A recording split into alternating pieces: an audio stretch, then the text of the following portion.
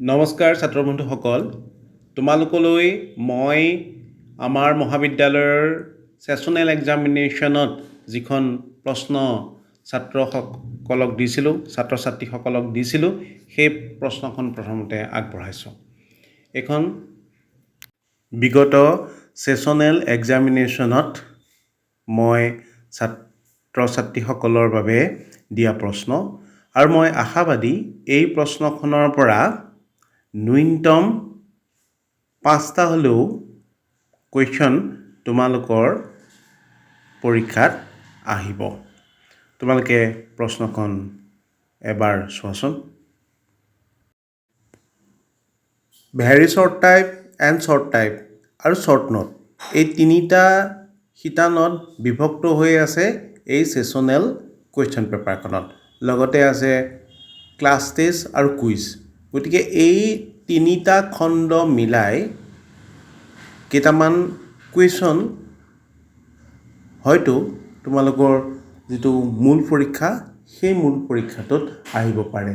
মই গোটেইকেইটা ইউনিট সামৰি লোৱা নাই। ইয়াত প্ৰথম 3টা ইউনিট সামৰি প্ৰশ্নকেইটা তৈয়াৰ কৰা হৈছে। এতিয়া আহোঁ অসম বুৰঞ্জীৰ আধুনিক কাল 1826 খ্ৰীষ্টাব্দৰ পৰা 1947 খ্ৰীষ্টাব্দলৈকে এই সময়ছোৱাৰ মাজৰ যিখিনি ঘটনাক্ৰম, সেই ঘটনাক্ৰমৰ সম্পৰ্কে এক আলোচনা, লগতে প্ৰতিটো পাঠৰ পৰা আহিবলগীয়া সম্ভাৱ্য প্ৰশ্নৰ কেতবোৰ আলোচনা। নমস্কাৰ ছাত্ৰ বন্ধুসকল, আজি তোমালোকলৈ আগবঢ়াইছোঁ আধুনিক অসম বুৰঞ্জীৰ কেতবোৰ সম্ভাৱ্য প্ৰশ্ন।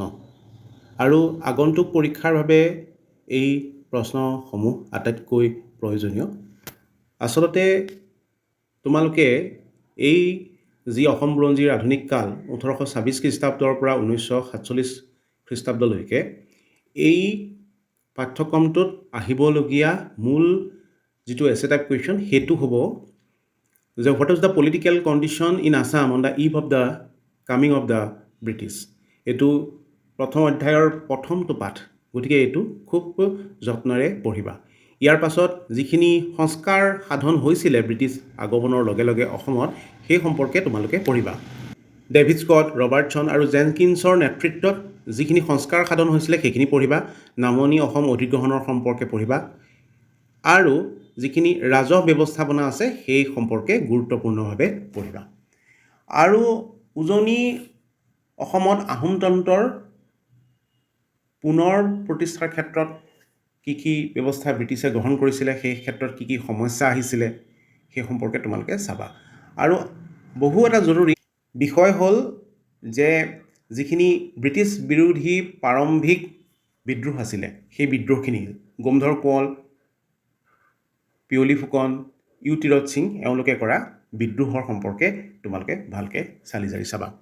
আৰু এইখিনিতে এটা কথা জনাইছোঁ যে যদি অসম বুৰঞ্জীৰ এই ভিডিঅ'টো তোমালোকে প্ৰয়োজনীয় বুলি বোধ কৰা, তেন্তে সমনীয়াৰ লগত ভাগ বতৰা কৰিবা, চেনেলটো ছাবস্ক্ৰাইব কৰি দিবা, আৰু কেনে পালা জনাবলৈ নেপাহৰিবা। এইখিনিতে মই এটা কথা উনুকিয়াব খুজিছোঁ যে এই ভিডিঅ'টোৰ পূৰ্বেও মই কেইবাটাও ভিডিঅ' মোৰ চেনেলটোৰ যোগেদি তোমালোকলৈ আগবঢ়াইছিলোঁ। সেই ভিডিঅ'সমূহৰ সম্পৰ্কেও তোমালোকে কেনে পালা জনাবা।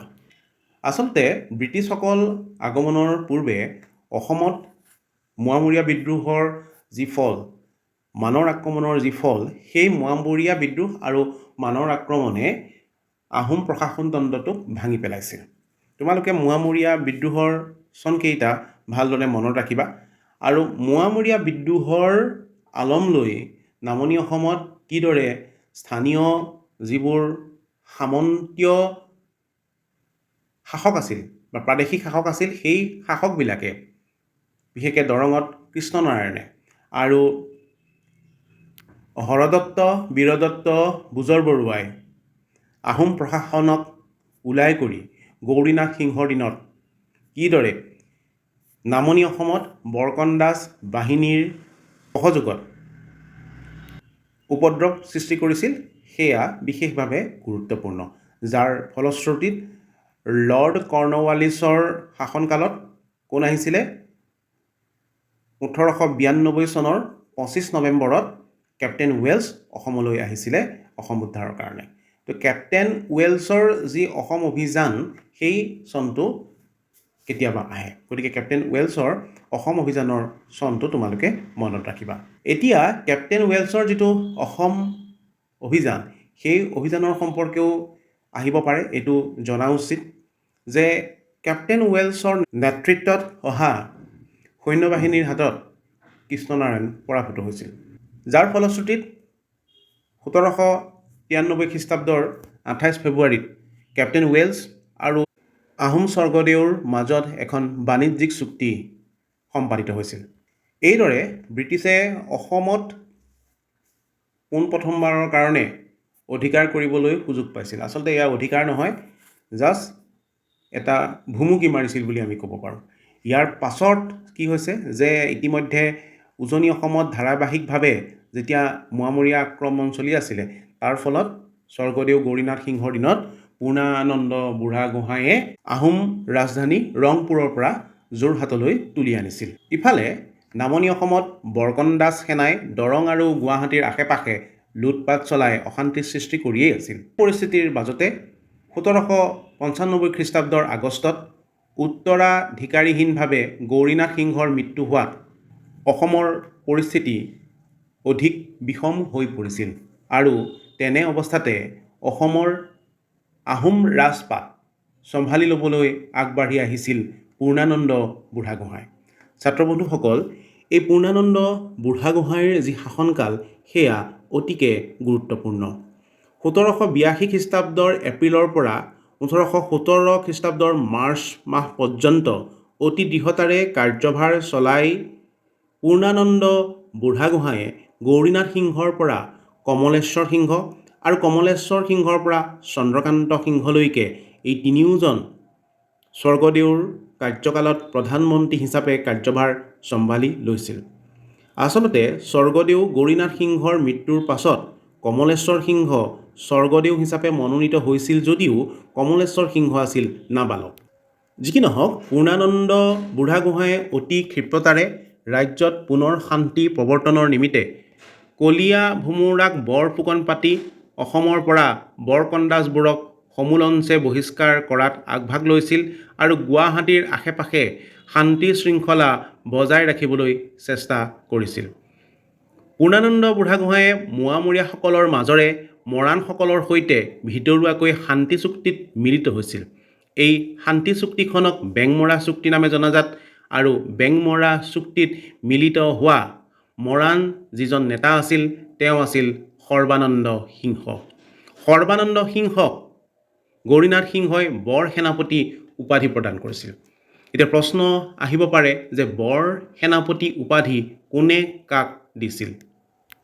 গতিকে ছাত্ৰবন্ধুসকল, এয়াই আছিল পূৰ্ণানন্দ বুঢ়াগোহাঁইৰ নেতৃত্বত আহোম প্ৰশাসনতন্ত্ৰ পুনৰ সবলীকৰণৰ বাবে চলোৱা প্ৰচেষ্টা। কিন্তু পূৰ্ণানন্দ বুঢ়াগোহাঁইৰ এই নিৰংকুশ যি ক্ষমতা, সেই ক্ষমতাত বহু সমসাময়িক আহোম বিষয়া তেওঁৰ বিৰুদ্ধে গৈছিল।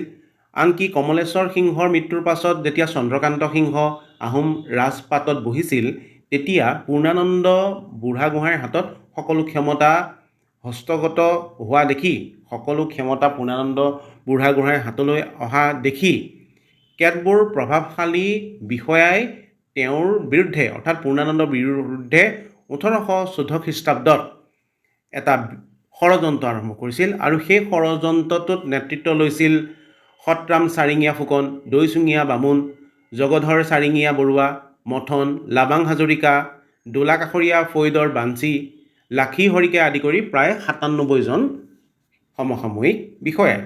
আৰু এই কথাটো যেতিয়া পূৰ্ণানন্দ বুঢ়াগোহাঁয়ে গম পাইছিল, তেতিয়া ইয়াৰে 77জন লোকক মৃত্যুদণ্ডৰে দণ্ডিত কৰিছিল। আনকি পূৰ্ণানন্দ বুঢ়াগোহাঁয়ে যেতিয়া দেখিলে যে এই গোটেই ষড়যন্ত্ৰটোৰ নেপথ্যত আছে বদন চন্দ্ৰ বৰফুকন, তেতিয়া বদন চন্দ্ৰ বৰফুকনক ধৰিবলৈ তেওঁ সেনাবাহিনী প্ৰেৰণ কৰিছিলে। কিন্তু বদন চন্দ্ৰ বৰফুকনে এই কথা আগতীয়াকৈ গম পাই তেওঁ বংগদেশলৈ পলায়ন কৰিছিল। তো বদনচন্দ্ৰ বৰফুকনে বংগৰ গভৰ্ণৰ জেনেৰেলক লগ কৰি অসমত সেই সময়ত পূৰ্ণানন্দ বুঢ়াগোহাঁয়ে স্বেচ্ছাচাৰী শাসন চলাইছে বুলি পতিয়ন নিয়াবলৈ চেষ্টা কৰিছিল যদিও সেই ক্ষেত্ৰত তেওঁ সফল নহ'ল। গতিকে বদনচন্দ্ৰ বৰফুকনে কি কৰিলে যে তেওঁ যেতিয়া কোম্পানীৰ প্ৰশাসনক যেতিয়া পতিয়ন যোগাব নোৱাৰিলে যে পূৰ্ণানন্দ বুঢ়াগোহাঁয়ে আহোম ৰাজতন্ত্ৰত নৈৰাজ্যৰ সৃষ্টি কৰিছে, তেতিয়া উপায়ন্ত হৈ তেওঁ কলিকতাৰ পৰা পোনপটীয়াভাৱে ব্ৰহ্মদেশলৈ যাত্ৰা কৰিলে আৰু ব্ৰহ্মদেশত বডৌপায়াক সাক্ষাৎ কৰি, ব্ৰহ্মদেশৰ ৰজা আছিলে তেওঁ, বডৌপায়াক সাক্ষাৎ কৰি পূৰ্ণানন্দৰ বিৰুদ্ধে মান সেনা পঠিয়াবলৈ তেওঁ আহ্বান জনালে।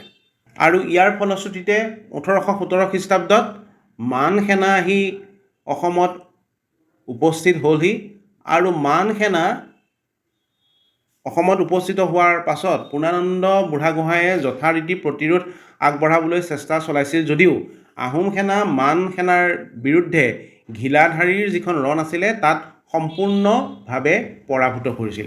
এই ঘিলাধাৰী ৰণখনৰ কথা তোমালোকে মনত ৰাখিবা। এই ঘিলাধাৰী ৰণখনত যেতিয়া আহোম সেনা সম্পূৰ্ণভাৱে পৰাভূত হৈছিল, তাৰ যি পৰাজয়ৰ চাপ সেয়া সহ্য কৰিব নোৱাৰি পূৰ্ণানন্দ বুঢ়াগোহাঁয়ে আত্মহত্যা কৰিছিল বুলিও কিছু তথ্যত উল্লেখ আছে। পূৰ্ণানন্দ বুঢ়াগোহাঁইৰ মৃত্যুৰ পাছত তেওঁৰ পুত্ৰ যিজনক বৰগোহাঁই হিচাপে নিযুক্ত কৰা হৈছিল ৰুচিনাথ, তেওঁ গুৱাহাটীলৈ পলাই গৈছিল। আৰু ইফালে চন্দ্ৰকান্ত সিংহই বদনচন্দ্ৰ বৰফুকনক, যিজনে অসমলৈ মান আনিলে, তেওঁক বৰফুকন বা মন্ত্ৰী বৰফুকন হিচাপে আখ্যা দি প্ৰধানমন্ত্ৰী হিচাপে অধিষ্ঠিত কৰিছিল। আৰু ইয়াৰ বিপৰীতে বদনচন্দ্ৰ বৰফুকনে মান সেনাক যথেষ্ট ভাৰ ভেটি দি অসমৰ পৰা ঘূৰাই পঠিয়াইছিল। সূৰ্যকুমাৰ ভূঞাৰ ইতিহাসত উল্লেখ আছে যে 1817 খ্ৰীষ্টাব্দৰ এপ্ৰিলত মান সেনা যোৰহাটৰ উপকণ্ঠৰ অঞ্চলৰ পৰা নিজ দেশলৈ প্ৰত্যাৱৰ্তন কৰিছিল। পূৰ্ণানন্দ বুঢ়াগোহাঁইৰ পাছত আচলতে অসমত এটা ক'লা যুগৰ সূচনা হৈছিল। বদনচন্দ্ৰ বৰফুকনে মান অনাৰ পাছত যেতিয়া বদনচন্দ্ৰ বৰফুকনক মান সেনাই আচলতে ইয়াত প্ৰধানমন্ত্ৰী হিচাপে অধিষ্ঠিত কৰিছিল যদিও ৰুচিনাথ বুঢ়াগোহাঁয়ে দেউতাকৰ মৃত্যুৰ বাবে বদনচন্দ্ৰ বৰফুকনকে সম্পূৰ্ণভাৱে জগৰীয়া কৰিছিল। তাৰ ফলশ্ৰুতিত 1817 চনত বদনচন্দ্ৰ বৰফুকনৰ বিৰুদ্ধে এক ষড়যন্ত্ৰ হৈছিল, যি ষড়যন্ত্ৰত আগভাগ লৈছিল পূৰ্ণানন্দ বুঢ়াগোহাঁইৰ অনুগতসকলে, আৰু সেই ষড়যন্ত্ৰতে বদনচন্দ্ৰই প্ৰাণ হেৰুৱাইছিল। আনহাতে চন্দ্ৰকান্ত সিংহকো মান অনাৰ বাবে জগৰীয়া কৰি ৰুচিনাথ বুঢ়াগোহাঁয়ে চন্দ্ৰকান্ত সিংহক আঁতৰাই ব্ৰজনাথ গোহাঁই নামৰ এজন নতুন স্বৰ্গদেউ প্ৰক্ষেপ কৰিছিল। এতিয়া কথাটো হ'ল কি, 1809 খ্ৰীষ্টাব্দৰ পৰাই ব্ৰজনাথ গোহাঁয়ে পুতেক পুৰন্দৰ সিংহৰ সহিতে ব্ৰিটিছ অধিকৃত বংগদেশৰ চিলমাৰীত আশ্ৰয় লৈ আছিল। এই ব্ৰজনাথকে ৰুচিনাথে গুৱাহাটীলৈ আমন্ত্ৰণ কৰি আনি স্বৰ্গদেউৰ পতাৰ কথা আলচ কৰাৰ উপৰি চন্দ্ৰকান্ত সিংহৰ বিৰুদ্ধে যুঁজিব পৰাকৈ গুৱাহাটীৰ ওচৰে পাজৰে একাংশ লোক আৰু হিন্দুস্তানী ভেৰণীয়া সৈন্যৰ এটা ফৌজ গঠন কৰিছিল। এইখিনিয়ে আছিল প্ৰথম মানৰ আক্ৰমণৰ পাছৰ অসমৰ পৰিস্থিতি। কিন্তু এই সকলোবিলাক ষড়যন্ত্ৰৰ কথা ইতিমধ্যে ব্ৰহ্মদেশৰ ৰজা বডৌপায়াৰ কাণত পৰিছিল আৰু বডৌপায়া এই কথাত অগ্নিশৰ্মা হৈ তেওঁ 1818 চনত কিয়ামিংগি ওৰফে আলমিংগি নামৰ এজন সেনাপতিক অসম আক্ৰমণ কৰিবলৈ পঠিয়াইছিল। আৰু এই আলমিংগিক অসমলৈ পথ দেখুৱাই লৈ আহিছিল মোমাই বৰুৱা নামৰ এজন লোকে। এই কথাখিনি তোমালোকে মনত ৰাখিবা যে 1818 চনত অসম আক্ৰমণ কৰিবলৈ অহা যিজন ব্ৰহ্মদেশীয় সৈন্য, তেওঁৰ নাম কি আছিলে এইটো মনত ৰাখিবা। আৰু 1818 চনত যেতিয়া আহিলে সেই আক্ৰমণটো আছিলে অতি ভয়াৱহ। আচলতে মান সেনা আহি 1819 চনত অসম পাইছিলেহি আৰু অসম পাই তেওঁলোকে ইমানেই গভীৰ চাপ আহোম প্ৰশাসনতন্ত্ৰত পেলাবলৈ সক্ষম হৈছিল যে ৰুচিনাথ বুঢ়াগোহাঁইৰ সৈতে পুৰন্দৰ সিংহ গুৱাহাটীলৈ পলাই গৈছিল আৰু মান সেনাই যোৰহাট দখল কৰি তৰাতলিত আবদ্ধ হৈ থকা চন্দ্ৰকান্ত সিংহক মতাই আনি দ্বিতীয়বাৰৰ বাবে মানৰ আশ্ৰিত ৰজা হিচাপে ৰাজপাটত বহুৱাইছিল। এইখিনিয়ে হ'ল মানৰ দ্বিতীয় আক্ৰমণ। কিন্তু এটা কথা তোমালোকে মন কৰিবা যে মানৰ যিটো দ্বিতীয় আক্ৰমণ, সেই দ্বিতীয় আক্ৰমণ আছিল অতি ভয়াৱহ। সেই সময়ত ৰজা হিচাপে মানে অসমৰে এজন মানুহক নিযুক্ত কৰিছিল যদিও অতি জঘন্যভাৱে মানে আহোম ৰজাৰ ওপৰত কৰ আৰোপ কৰিছিল। আৰু আহোম ৰজাই আনকি মানৰ যিসকল বিষয়া আছিল তেওঁলোকৰ ওচৰত ভয়ভাৱেহে আছিল। আৰু অৱশেষত 1819 চনত আলমগীৰে অসম ত্যাগ কৰাত মানৰ যিসকল সেনা অসমত আছিল তেওঁলোকে অধিক অত্যাচাৰ কৰিবলৈ আৰম্ভ কৰাত চন্দ্ৰকান্ত সিংহ প্ৰথমতে গুৱাহাটীলৈ, তাৰ পাছত ব্ৰিটিছ অধিকৃত বংশদেশত আশ্ৰয় ল'বলৈ বাধ্য হৈছিল। ইয়াৰ পাছত আছে মানৰ তৃতীয় আক্ৰমণ। এই মানৰ তৃতীয় আক্ৰমণটো খুবেই জৰুৰী যে চন্দ্ৰকান্ত সিংহ যেতিয়া পলাই গৈছিল তেতিয়া মান সেনাপতি মিংগি মাহাই যোগেশ্বৰ সিংহক ৰাজপাটত বহুৱাইছিল। ইফালে অসমত মানৰ শাসন অধিক দৃঢ় কৰাৰ মানসেৰে বড়ৌপায়াই অতিৰিক্ত 20,000 সৈন্য অসমলৈ প্ৰেৰণ কৰিছিল। এইদৰে মান সৈন্যৰ যি কুচকাৱাজ অসমত আৰম্ভ হৈছিল তাৰ প্ৰতিৰোধ মৰ্মে চন্দ্ৰকান্ত সিংহ আৰু পুৰন্দৰ সিংহই যুটীয়াভাৱে বংগদেশৰ পৰা যত্ন কৰিছিল, যাৰ পৰিণতিত 1822 খ্ৰীষ্টাব্দত ম'হগড়ত এখন যুদ্ধ সংঘটিত হৈছিল। আৰু সেই যুদ্ধখনত মানৰ সেনাপতি আছিল মিংগি মাহা বন্দুলী। আৰু এই মিংগি মাহা বন্দুলীৰ নেতৃত্বত অহা মান সেনাই আহোম সেনাক সমূলঞ্চে পৰাভূত কৰিছিল। আৰু এই পৰাজয়ে আচলতে আহোম যি ৰাজতন্ত্ৰ আছিলে সেই আহোম ৰাজতন্ত্ৰৰ বেলি মাৰ নিয়াইছিল বুলি ক'লে অত্যুক্তি নহয়। ইয়াৰ পাছত কি হ'ল যে মান সেনাই যেতিয়া উপৰ্যপুৰী ব্ৰিটিছ সীমামূৰীয়া অঞ্চলবোৰত অশান্তিৰ সৃষ্টি কৰিবলৈ আৰম্ভ কৰিছিল আৰু ইতিমধ্যে দুজনকৈ আহোম ৰজা যেতিয়া ব্ৰিটিছ অধিকৃত বংগদেশত থাকিবলৈ লৈছিল তেতিয়া ব্ৰিটিছ প্ৰশাসনো সচকিত হৈ পৰিছিল। আৰু ব্ৰিটিছ প্ৰশাসনে মানৰ আগ্ৰাসনৰ পৰা চুবুৰীয়া মণিপুৰ, কাছাৰ আৰু ত্ৰিপুৰাৰ যি ৰাজনৈতিক অৱস্থা সেই অৱস্থাক সুৰক্ষা দিবলৈ আগবাঢ়ি আহিছিল। লক্ষণীয় যে 1823 খ্ৰীষ্টাব্দত যেতিয়া মানে চাহপুৰী দ্বীপটো দখল কৰি ভূটানৰ পিনে আগবাঢ়িছিলে, প্ৰকৃতাৰ্থত সেই মুহূৰ্তৰ পৰাই ব্ৰিটিছে মানৰ বিৰুদ্ধে আক্ৰমণ বা সমৰসজ্জা আৰম্ভ কৰিছিল। আৰু অৱশেষত চট্টগ্ৰামৰ ওচৰত থকা বংগোপসাগৰত থকা ব্ৰিটিছ অধিকৃত চাহপুৰী দ্বীপটোত মানে আক্ৰমণ কৰাৰ লগে লগে 1824 খ্ৰীষ্টাব্দৰ 5 মাৰ্চত ব্ৰিটিছে ব্ৰহ্মদেশৰ বিৰুদ্ধে যুদ্ধ ঘোষণা কৰিছিল। আৰু 1824 খ্ৰীষ্টাব্দৰ পৰা 1826 খ্ৰীষ্টাব্দৰ 24 ফেব্ৰুৱাৰী পৰ্যন্ত চলা এইখনেই আছিল প্ৰথম ইংগ বৰ্মী যুদ্ধ, য'ত মান সেনা খুব শোচনীয়ভাৱে পৰাভূত হৈছিল। আৰু ইয়াৰ লগে লগেই তেওঁলোকে ইয়াণ্ডাবু সন্ধি নামৰ এখন চুক্তিত বান্ধ খাবলৈ বাধ্য হৈছিল। 1826 খ্ৰীষ্টাব্দৰ 24 ফেব্ৰুৱাৰীত এই ইয়াণ্ডাবু চুক্তি স্বাক্ষৰিত হৈছিল। আৰু এই ইয়াণ্ডাবু চুক্তিৰ তোমালোকে দুটা ক্লজ, দুটা চুক্তি বা চৰ্ত তোমালোকে চাবা। ইয়াতে কেইবাটাও চুক্তি আছে, তোমালোকে গোটেইকেইটা ভালদৰে চাবা। ইয়াৰে দুটা চুক্তি সম্পৰ্কে 2 নম্বৰৰ কাৰণে আহিব পাৰে। আৰু এয়াই আছিল ইয়াণ্ডাবু চুক্তিৰ ঘটনাক্ৰম। এতিয়া আমি যিহেতু সময় খুব তাকৰ, সেয়েহে আমি পোনপটীয়াভাৱে সূচীপত্ৰৰ দিশলৈ যাওঁ আৰু সূচীপত্ৰত থকা যিখিনি বিষয়বস্তু সেই সম্পৰ্কে জানিবলৈ চেষ্টা কৰিম। আৰু সূচীপত্ৰত যিটো দেখিছা তোমালোকে ব্ৰিটিছ আগমনৰ পূৰ্বে অসমৰ ৰাজনৈতিক পৰিস্থিতি, it's a very important question, এইটো তোমালোকে চাবা। ইয়াৰ পাছত তোমালোকে ডেভিছ স্কটৰ নামনি অসম অধিগ্ৰহণ, সেইখিনি প্ৰশাসনীয় পুনৰ ব্যৱস্থা, ৰাজ্য ব্যৱস্থাপনা, এইকেইটা চাবা। তোমালোকে ইয়াত 3টা যিকেইটা আছে ডেভিছ স্কট, T.C. ৰবাৰ্টছন আৰু ফ্ৰান্সিছ জেনকিন্স, এওঁলোকৰ যিখিনি প্ৰশাসনিক পুনৰ ব্যৱস্থাপনা সেইখিনি সম্পৰ্কে ভালদৰে চাবা। ইয়াৰ পাছত চিলেবাছখনৰ দ্বিতীয় অধ্যায়টোত আছে উজনি অসমত আহোমতন্ত্ৰ। 1833 চনৰ পৰা 38 চনলৈকে উজনি অসমত আহোমতন্ত্ৰ কিদৰে প্ৰতিস্থাপনৰ কাৰণে ব্যৱস্থা গ্ৰহণ কৰিছিল সেই সম্পৰ্কে তোমালোকে চাবা আচলতে মই এইখিনিতে তোমালোকক এটা কথা জনাবলৈ পাই সুখী হৈছোঁ যে এই যে তোমালোকক পেপাৰখন দিয়া হ'ল ফ্ৰম 1826 to 1947 এই পেপাৰখনত আহিবলগীয়া যিবোৰ প্ৰশ্ন বা এই পেপাৰখনত যিখিনি কথা উল্লেখ আছে সেইখিনি তোমালোকৰ ব্যৱহাৰিক জ্ঞানৰ বাবেও অতিকে গুৰুত্বপূৰ্ণ আগন্তুক যিকোনো পৰীক্ষাৰ বাবে তোমালোকক এইখিনি বিষয়ৰ ওপৰত প্ৰশ্ন সোধা হ'ব তোমালোকে বহুতে আজিকালি কিতাপ নিকিনা যে কিতাপ কিনিনো লাভ কি সকলোবোৰ বস্তু ChatGPTত পোৱা যায় কিন্তু কিতাপ পঢ়ি অধ্যয়ন কৰি যি জ্ঞান লাভ কৰা হয় সেয়া ChatGPTত পোৱা নাযায় গতিকে ছাত্ৰ বন্ধুসকল কিতাপ পঢ়িবা যি কি নহওক